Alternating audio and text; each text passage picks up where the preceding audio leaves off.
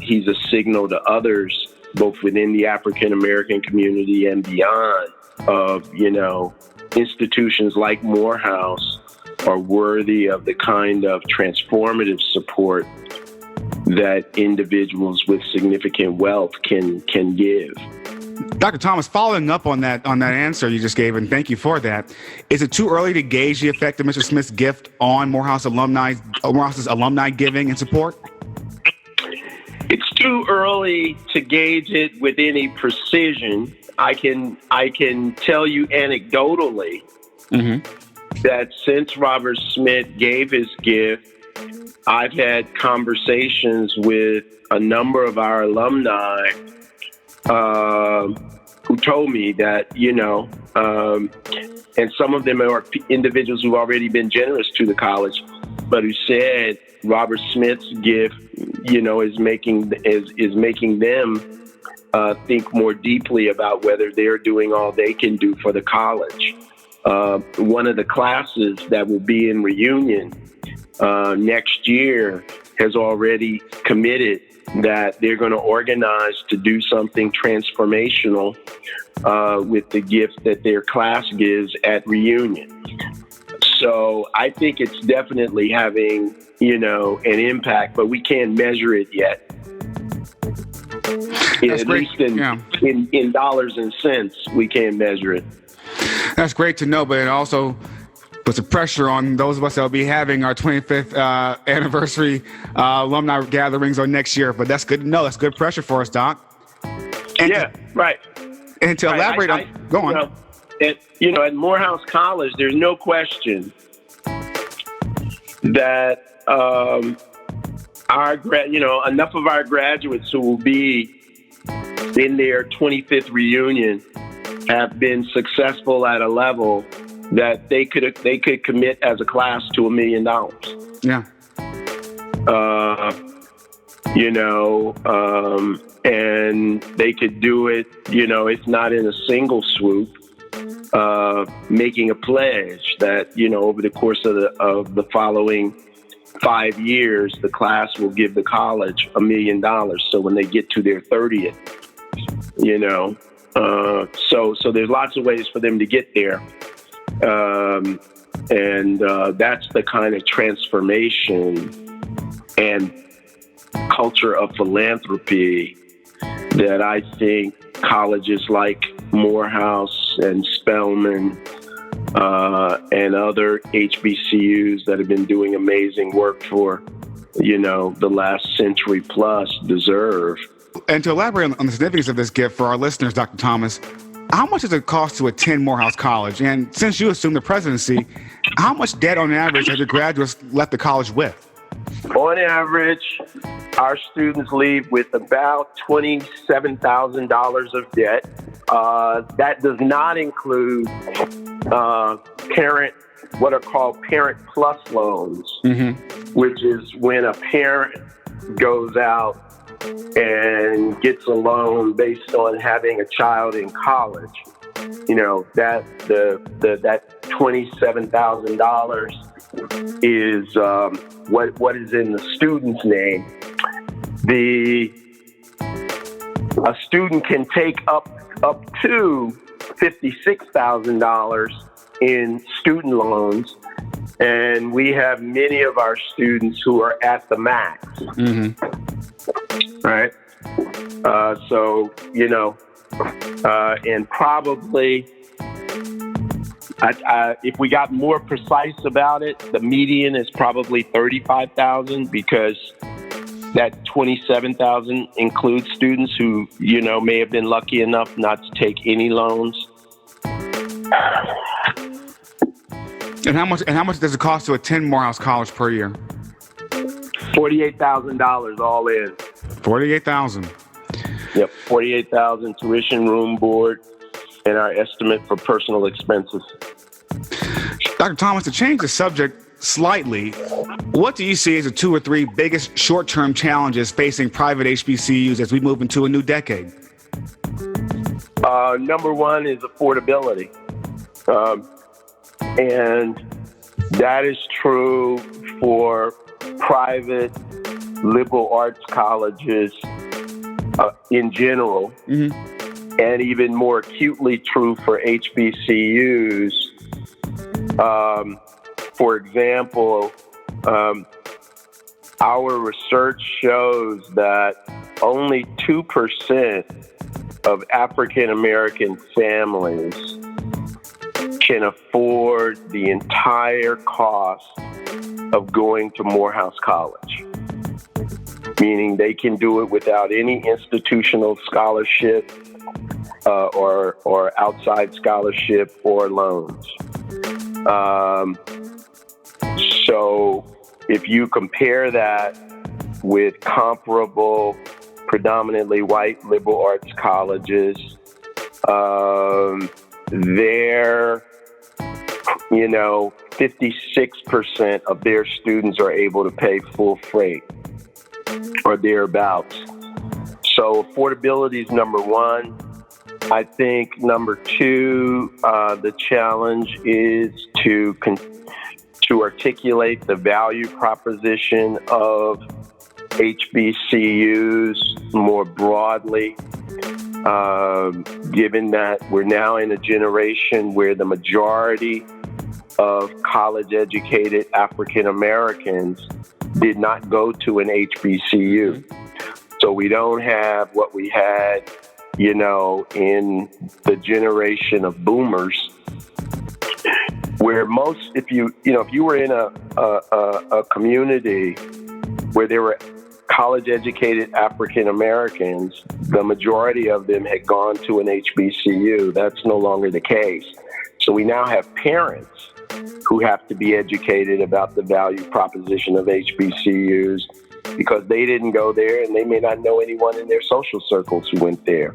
Not to mention parents who didn't go to college, whose kids are likely to come home from school. And if they're going to predominantly white schools, nobody's talking about going to an HBCU. So we've got to get much more sophisticated in articulating our value proposition and our distinctiveness, as an educational value proposition. You take, for example, at Morehouse, the career opportunities and access to graduate school is as good or better than any liberal arts college that our students could go to. And you can just look at the companies that recruit, the colleges, the graduate schools that recruit our students. Well, one of the things that I realized when I arrived 18 months ago is that we don't tell that story enough. We tell our historical story fabulously, but our current story, our opportunity story, that's the story that we've got to hone for today's consumer of education. And Dr. Thomas, in closing, what's next for Morehouse College? We want to establish ourselves as the best educational option, liberal arts college for Black men on the planet. That means we have to be among the best in the educational and academic program we provide, as well as doing those things that distinctively speak to the developmental needs of young Black men, as well as opening ourselves up to become, much more global and international, both in our student body, as well as in the experiences that we give our students. And secondly, I think Morehouse College has to become the national and global voice for challenges and opportunities that disproportionately affect Black men and men of color in this country and the world. Because I think we haven't fully leveraged the moral authority that this institution has in that realm. I think it'd be, it's not arrogance to say that we are the West Point of Black male leadership in this nation, if not the world. Well, Dr. David Thomas, president of Morehouse College, thank you very much for your time today and for being able to talk to us about Morehouse and this gift and your thoughts on HBCUs and education for Black males. We really appreciate this. All right. I appreciate the opportunity. Thank you, man. for joining. You're welcome. All right. And we'll be back with Take more care. HBCU Ubiquity.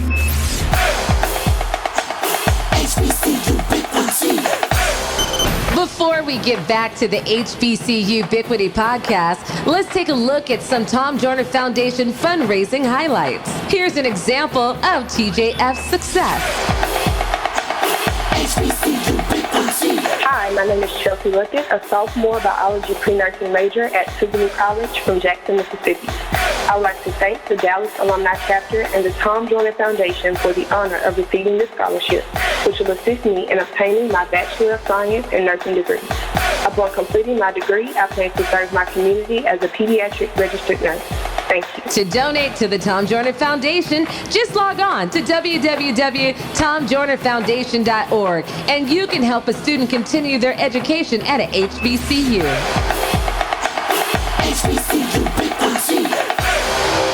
Welcome to HBCU Ubiquity. I'm joined now by Mr. Joseph Sorrells, who can introduce himself and tell you a little bit more about who he is. Joseph. Hello, I'm Joseph Dwayne Sorrells, a political science major. I'm in the class of 2019 from Morehouse College from Dallas, Texas. And first off, Joseph, congratulations on graduating and on being on the receiving end of such a large and history-making gift. Thank you so much. What was your reaction when the announcement was made?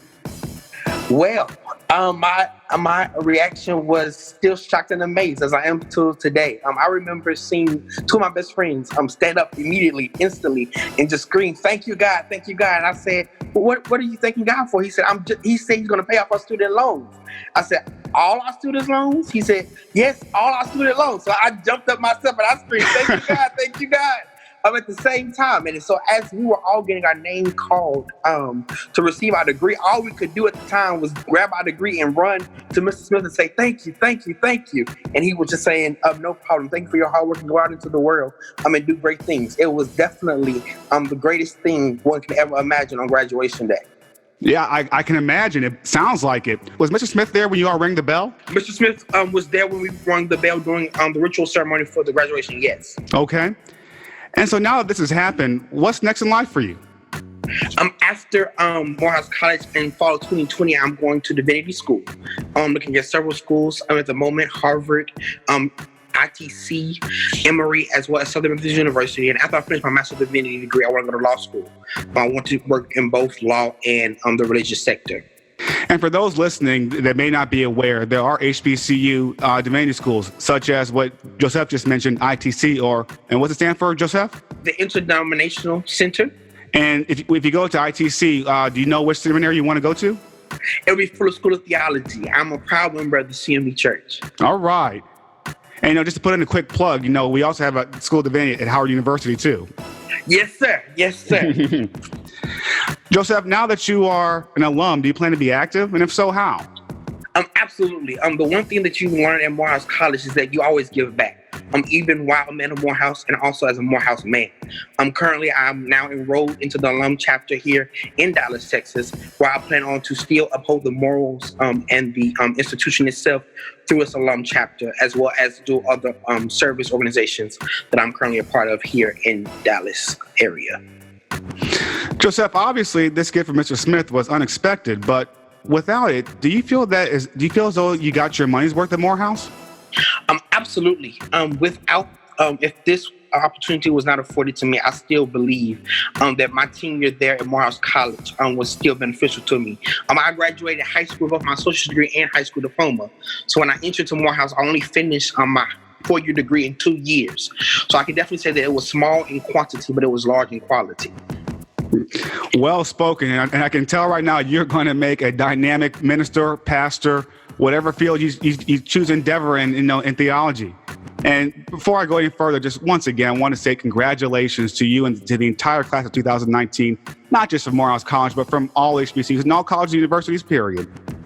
Yes, sir. Thank you so much. Joseph, do you have any final words for HBCU alums and supporters that are listening to this podcast right now? Yes, to all my HBCU alums, I cannot stress the importance of always giving back to your institution. Institutions, as they come every year, every school year needs new things and new materials and resources to have a successful school year. So the best thing that any alum can do for any HBCU is to give back and also just check in. Checking on the current students and faculty and staff that is there. The greatest support for HBCU is their alum. So for alum, I'll just simply say it's time for us to give back to those that gave to us. Joseph, well stated, very well stated. And again, congratulations on everything, and thank you for calling in to be a part of this today. Thank you so much, Mr. Joyner. Best of success to you. Godspeed to you. Thank you, sir. Take care. And I'm joined now by Mr. Derek Green, and he's going to introduce himself. Mr. Green. Yes, sir. Derek Green's Morehouse graduate, sociology major from Newark, New Jersey, class of 2019. Congratulations on behalf of Tom Jordan Foundation and just all the listeners to this podcast. Congratulations on this monumental achievement, man. Thank you, sir. I appreciate it. I'm proud of myself and all the rest of the graduates. Good stuff. Take us back to that moment at graduation when the announcement was made. What was that like? Oh, man. So at that moment, I'm not going to lie, I thought I was dreaming for a minute. I can imagine, yeah. Yeah, I thought I was dreaming because, of course, that week was senior week. And so, of course, I was excited and, the seniors were all getting together and, socializing. So I didn't really get much sleep. And so, as a matter of fact, that morning we had to be up around 3:30. We had to be in campus by 5 o'clock and be in line by 7. So, of course, I was already exhausted. So yeah, I thought I was dreaming at that moment, but when he made the announcement, it was like a sense of relievement because student loans have been in my mind, for the past all year. How am I going to pay them off? My financial plan. So when he made the announcement, I was, oh man, I really appreciate that, and that's something that myself, my family, and all the rest of the graduates needed to hear. Because that money could have been sent elsewhere. He could have used that money for his other investments, his, business ventures. And I really appreciate that. He said himself, this is his class. And it's up to us to pay it forward. And we ought to take his message and his contributions, apply it to ourselves when it comes to our own community and to other upcoming Morehouse students. So I really appreciate that. And how do you plan on paying it forward? As of now, I'm working. Right now I'm currently in Newark, New Jersey. I'm meeting with the Commissioner of Education for the state of New Jersey in about 2 weeks. So he actually started a program for young Black males who are interested in going into the field of education. So in the long run, I plan to work as a school counselor and eventually be a principal in the public school system. So I want to teach I want to be able to teach students, particularly those who look like me. Of course, I want to recruit for Morehouse, and for those who may struggle financially, may struggle to pay back their student loans, I also want to be of great assistance to that, and really teach them to embrace the HBCU experience, and trying to get them through the transition from middle school to high school all the way to college, and helping them get through that whole process because it's tough. It's tough, because Morehouse is not cheap. Definitely not cheap. So yeah. I had to take a lot of loans myself. So, but as a Morehouse graduate, it's my responsibility to help other students who look like me to get through those struggling times, whether it be social, academic, or financial. So that's how I plan to take it up. So I want to go back to that for a quick second on a couple levels. First off, that's very commendable that you choose endeavor with this. in terms of going back to, keep the door open and maybe even open it a little wider for, others that look like us. Yes, but sir. Also, if I heard you correctly, you went to Morehouse and took out loans to become a public school teacher, which means you're going to be paying them off for quite some time. That's a tremendous sacrifice, but also a sacrifice that's needed on behalf of, all of us, not just HBCU alums, but just America. Thank you. Yes, sir. Yes, sir. Thank you. I appreciate that. And with that said, thank you to Mr. Smith for that kind of investment, in all of your class. But students like that, when you hear those kind of stories, that's what really brings it home, man. Yes, sir. I've always wanted to go into the field of education because I come from a long line of educators. My grandparents, my grandfather in particular, he was a principal for a school for years. He was a teacher, became principal, as well as my grandmother. So I think that's something that has always been instilled in me. And I've also worked in various summer programs, working with middle school, elementary and middle school students. And I've also worked for my family business, which is a political consulting business. So I work for them for the summers I was home, and I work with various political figures in both Maryland and Jersey. So doing those different things definitely sparked the interest in going to the field of education. So I'm definitely proud of that, because I know what it feels like to go through that transition from middle school to high school to college. It's tough. So I think I can share my own personal experiences with students to help enlighten them to get them through those phases. And that's how service I can be. So education is something that has always been instilled in me, and I'm proud of that. Have you joined the Alumni Association yet? Not yet, not just yet, but that's my plan for this week. So I gotta find out the details reference to that, and what dues I have to pay. But yes, I will be joining. Yes, sir. Overall, with or without this gift, how would you characterize your experience at Morehouse? I definitely think it's worth it. The social piece, the academics. Morehouse was actually my number one option. I remember years ago, I believe I was in 6th or 7th grade. I was in Atlanta. I was on like a mini vacation. I was visiting some family and friends. And my professor Morehouse, family friend, who became a mentor, Dr. Ilya Davis, he called my family one day and he wanted to give us a tour of the school. So I was able to tour the school, visit the grave of Dr. Benjamin Elijah Mays. I was able to see the Dr. King statue and visit the dorms and the classrooms and meet some of the professors. But one thing that stood out to me most was going inside King Chapel. If you go inside, there are 2 different hallways. And in these hallways are different portraits of famous Morehouse alumnus and those who have contributed to the school. And I literally stayed in that hallway for about 2 hours. The 2 hallways for about 2 hours. 2 hours just observing and analyzing and, just thinking about the history and the culture of the school. And just being in that space just gave me so much motivation and, made me want to take pride in not only myself, but, my people, my community, and, the history that surrounds the institution.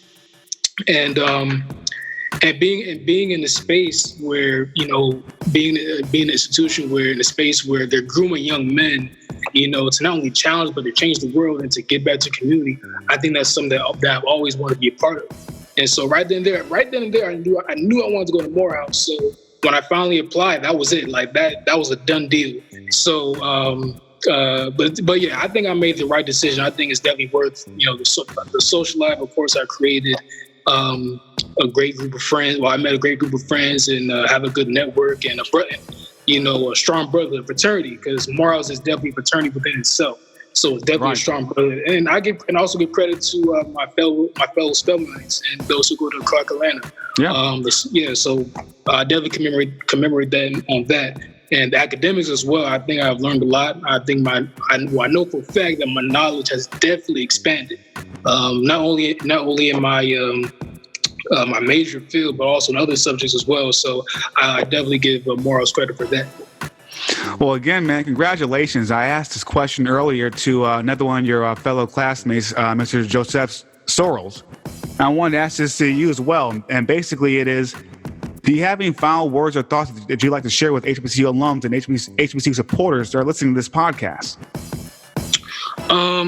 I would like to share with them, to alumnus like myself and others who may be watching or who will watch, really try your best to put yourself in our shoes as students, because there are many students who have been here for 4 years or more. Mind you, I forgot to say, but this is actually my 5th year. I was supposed to graduate last year, but I had to come back and take classes. So being that I was able to receive this generous donation by Dr. Smith has been a blessing. So I just want to say that. But to learners like myself and others who will be watching, really try to give back the best that you can, and put yourself in our situations, and come back to our school and help us get through those rough patches. And those academic, because we go through academic rough times academically, socially, and financially. So we're gonna need all the help we can get. And I think that's a challenge that I know Dr. Smith made this past weekend, and we ought to take up that mantle. So that is what I would say. We need to take more of an initiative to give back. So that's what I would say on that piece. Well, Brother Green, well stated. And again, congratulations. And we're all pulling for you. Best of success to you in your life endeavors. I personally hope that you achieve all that you've mentioned and more and beyond. We need more than just principals like you. We need superintendents like you. We need people like you on the education boards of our state. So thank you very much. And thank you for your time, for being a part of this conversation on today. Likewise. Thank you, sir. You have a good day.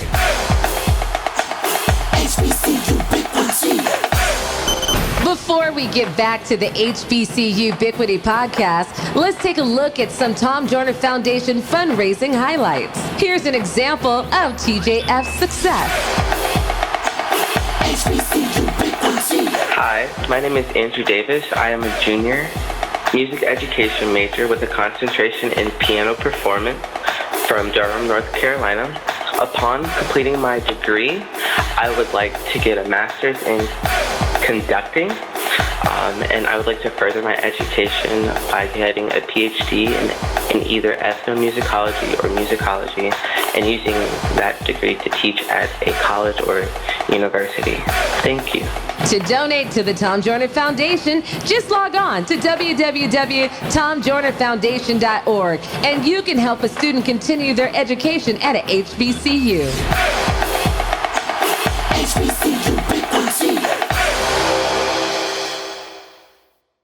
Welcome back to HBCU Ubiquity. I'm joined now by Ms. Quisa Foster, Assistant VP of Institutional Advancement at Clark Atlanta University. Good morning, Ms. Foster. Good morning, Mr. Thomas. And by the way, for everybody listening, full disclosure, Quisa used to be the Director of College Relations at the Tom Joyner Foundation, so we kind of know each other for a little bit, maybe, 3 or 4 years? A little longer? Longer? Oh, my God. My bad. Well, how's everything at Clark today? Everything is good at CAU. We're at the end of the semester, which is always the end of the academic year. Really, wow. Wow. So, yes, we just graduated about 781 seniors. And so we're gearing up for a new school year. These school years keep going by really quickly. So class of 2019 is down and class of 2020 is up. So speaking of graduating seniors, in all of your years of working with Philanthropy and HBCUs, have you ever seen a gift like Mr. Smith's before? No, not in that way, not in the way he presented it. It was a large gift. I think the gift was somewhere around, and let me not quote numbers. He committed a large gift, and so he designated the gifts to these students to pay off their. I don't think that's ever been done ever, where a donor has decided to pay off one student's debt, not a whole senior class. So it was a game changer. It was a game changing gift, and a game-changing act of philanthropy. So it was awesome for everybody around him. It was really awesome. Yeah, because what you almost were about to say was that you've been on the other end of being able to pay off one student's debt before, but not necessarily a whole class. Not a whole class, and the students. It's a blessing to them. Can you imagine now going into the workforce with no debt? That's awesome. Nah. I mean, yeah, actually, I can imagine a little bit, now just for everybody listening, back when Quisa was working for the Tom Joyner Foundation, we used to have a donor, ExxonMobil, as a matter of fact, would, make donations to pay off student loan or student debts, especially for graduating seniors. And that was one at a time, or sometimes two or three at a time when the cost of attending college was not nearly what it is now. So that's why I'm so excited and applaud Mr. Smith's gift. That was, a big and tremendous thing for him to do. I'm glad you reminded me of that, because I that slipped my mind with ExxonMobil, what they did in the past. And one of the things that we can do now is leverage this opportunity for other donors to say, look at Mr. Smith. He's an individual donor. He made this commitment to these students. Why don't you consider stepping up to the plate and making a commitment to students to pay off their debt? Because, it can make a certain impact. So speaking of, being able to leverage these kind of opportunities, how do major gifts like this come about, period? Is it a matter of luck, or do major gifts take time or skill to manifest, or is it something else in your experience? It's years and years and years of cultivation. I mean, it's a long cultivation process. I mean, we do have some donors that, call up and say, I want to leave, $1 million or $2 million or, hundreds of thousands of dollars. But gifts like that, a $43 million gift, that's a relationship, a cultivation process that happened behind the scenes, sometimes 10 years prior. I know last year, and our gift was nowhere near, millions and millions of dollars.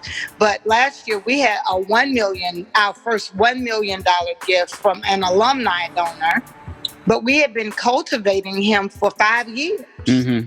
So, and then he decided to give $1 million. So it takes time you have to,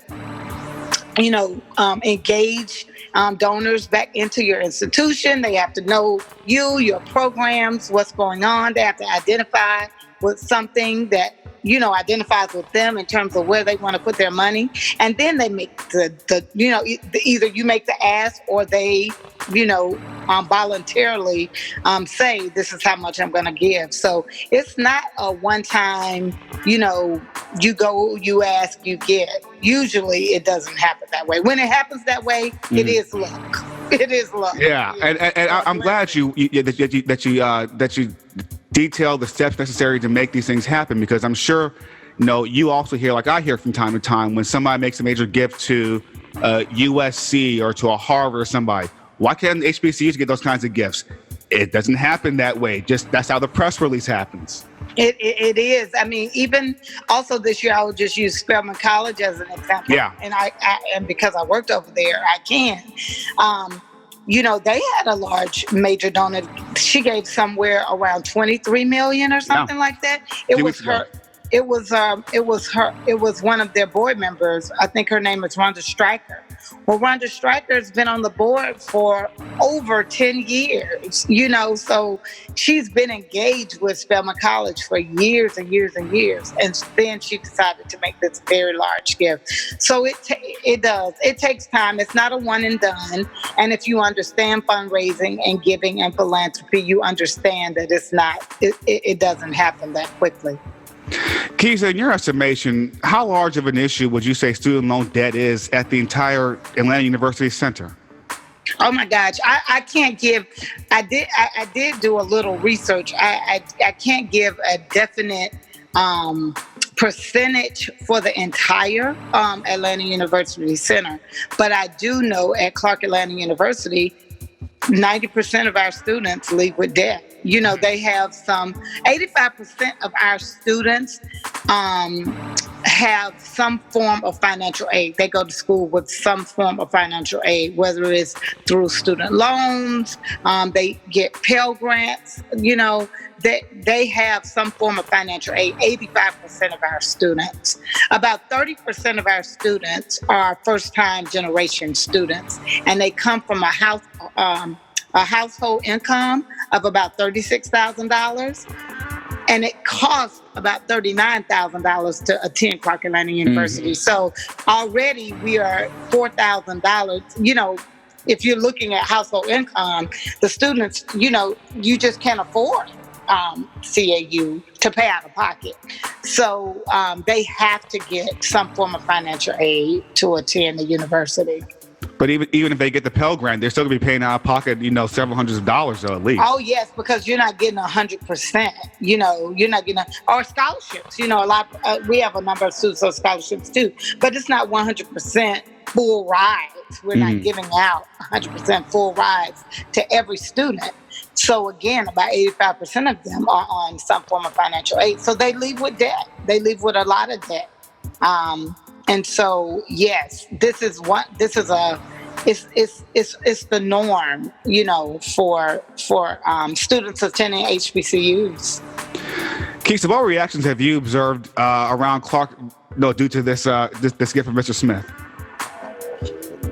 Actually, so I'll tell you something that's really funny. Our commencement was the day after oh, wow. Morehouse's commencement, and our speaker was Andrew Gilliam, the mayor of Tallahassee, and he had to open up his commencement speech saying, I know I'm riding on the shoulders of this billionaire who made a gift yesterday, but if I had it, I would give it to you. So, the expectation was high. There's this expectation now. There are people out there who could give a lot of money. There's this expectation that there's a lot, there are a lot of millionaires or billionaires that are amongst us that have money to give. But also, what I will say is, in our office, we received a lot of calls from donors who stepped up to the plate. Oh, great. Who actually increased their, we have this one donor out of Chicago who has endowment, and the endowment was like $50,000, and he wanted to increase the endowment to $100,000. Nice. And that actually happened. So there are donors who were paying attention who said, you know what, I can do a little bit more. Let me do a little bit more. If this guy can step up to the plate and pay for a whole class, let me step up a little bit more. So hopefully we will see donors or people who have some wealth or expendable income, they'll step up and just give a little bit more. And that's really all that donors have to do, or alums have to do to support their university, is to just give what you can. You don't have to give the 40-something million, but just give a little more if you can do that. It makes a difference. And to close this out, Quisa, like I'd asked, some of the class of 2019 Morehouse men, and especially in your capacity as, VP of Institutional Advancement at Clark Atlanta, do you have any parting words for HBCU alumni and HBCU supporters, about giving and supporting? Yes, to give. I mean, the national average of alumni participation is around 15%. And so at Clark Atlanta University, our average is about 8%. And most, as you know, most HBCUs, they waver under 10%. Right. So we want to, you only have to make a gift, any amount that you give. It matters whether you give $10, whether you give $100. It's the participation that matters. So we want to encourage alumni to just give, to make a donation, to give, and then you'll see, a difference in your giving at your school.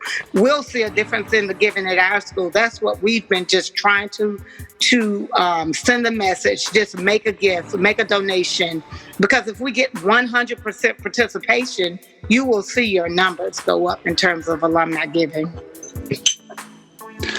Well, Ms. Quisa Foster, thank you very much for your time this morning, to talk to us about this gift.